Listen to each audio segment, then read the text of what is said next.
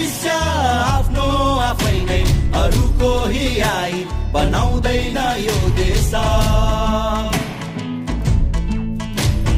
सँघा तरेर चाल्नु छ पाइला नथाक है अहिले बदल्नु छ परिवेश बल्ने छौरा त माराको बलेर चिच्याई डाकमा डाको छोडेर उठ्ने छ देश उदाउने छौ हामी यो भत्केको घरलाई उठाउनु छ